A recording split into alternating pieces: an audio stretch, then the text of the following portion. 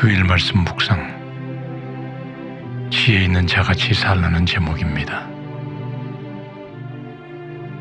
에베소서 5장 15절부터 20절까지 낭독합니다.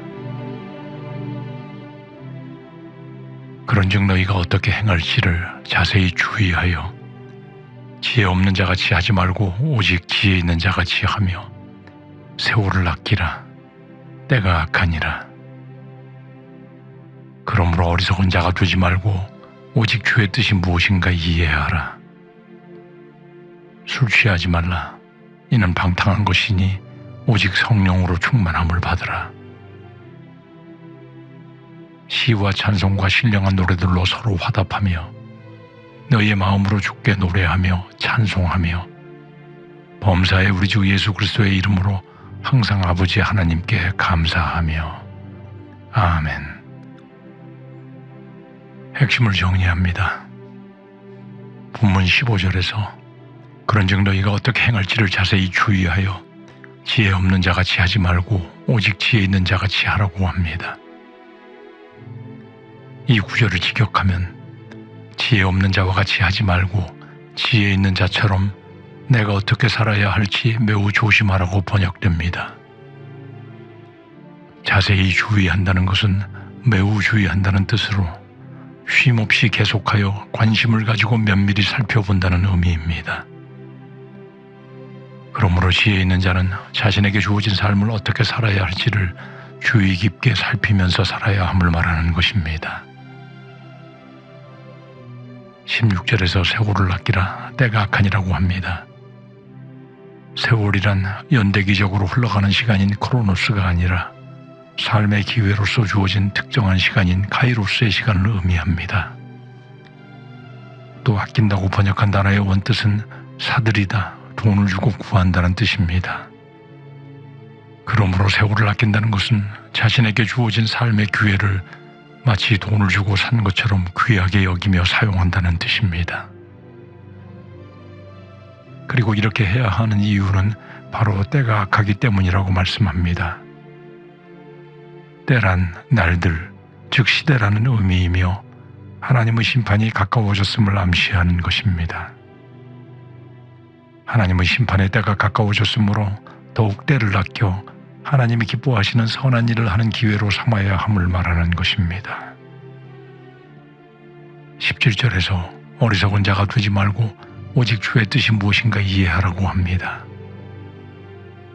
어리석다는 것은 생각이나 행동을 제어하지 못하는 것을 말합니다. 그리고 주의 뜻은 주께서 기뻐하시는 일을 말하며 다음 18절부터 그 내용을 말합니다. 18절에서 술 취하지 말라. 이는 방탕한 것이니 오직 성령의 충만을 받으라 합니다. 주의 뜻은 먼저 술 취하지 말고 성령의 충만함을 받으라는 것입니다. 술 취한 자는 건전하고 바른 이성에서 벗어나 무절제하고 혼미한 태도로 살아감으로써 방탕에서 헤어나올 수가 없게 되므로 성령 충만한 삶과 완전히 대조적임을 말하는 것입니다. 이는 성령이 성도의 마음과 삶을 온전히 이끌어 가시도록 삶의 주권을 내어드리는 것이 성령 충만의 본질임을 말하는 것입니다. 성령 충만은 사도행전 2장에서 오순절 날에 성도들이 다 같이 한 곳에 모였을 때 성령이 임함으로 모든 사람이 성령의 충만함을 받고 성령이 말하게 하심을 따라 방언을 말하기 시작함이 기록된 바 있으며, 또 사도행전 4장 20절 이후에 성도들이 모여 담대히 하나님 말씀을 전하게 하여 주시고 손을 내밀어 병을 낫게 하시옵고 표적과 기사가 거룩한 종 예수의 이름으로 이루어지게 하옵소서라고 기도를 드릴 때 모인 곳이 진동하더니 무리가 다 성령이 충만하여 담대히 하나님의 말씀을 전하는 사건이 기록됩니다. 성령 충만은 성령 세례나 인치심과는 달리 단회적 사건이 아니라 우리의 기도와 사모함으로 성도들이 능력의 삶을 살 수 있게 하는 성령에 의해 체험되는 지속적인 현상인 것입니다.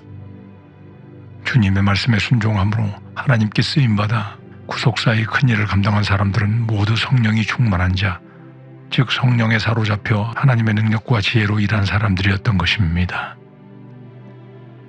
19절에서 시와 찬송과 신령한 노래들로 서로 화답하며 너희의 마음을 주께 노래하며 찬송하라고 합니다.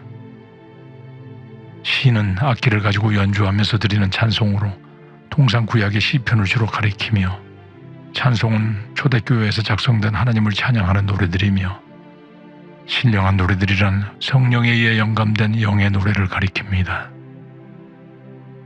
이는 이사야서 43장 21절에서 이 백성은 내가 나를 위하여 지었나니 나를 찬송하게 하려 함이니라는 말씀과 같이 우리를 창조하신 근본 목적이 하나님을 찬송하는 것이라는 본질에 근거한 것입니다. 20절에서 범사에 우리 주 예수 그리스도의 이름으로 항상 아버지 하나님께 감사하라고 합니다. 범사란 모든 일이라는 뜻이며 항상은 언제나라는 의미로서 감사의 무시간성과 초상황성을 말하고 있습니다. 즉 언제 어떤 상황에서도 감사하라는 말인 것입니다. 그리스도의 이름이라는 표현은 그리스도의 이름을 통하여 하나님께 감사하라는 것입니다. 이는 성도들의 모든 영적 축복이 그리스도 안에서 그리스도를 통하여 오는 것임을 알리는 것입니다.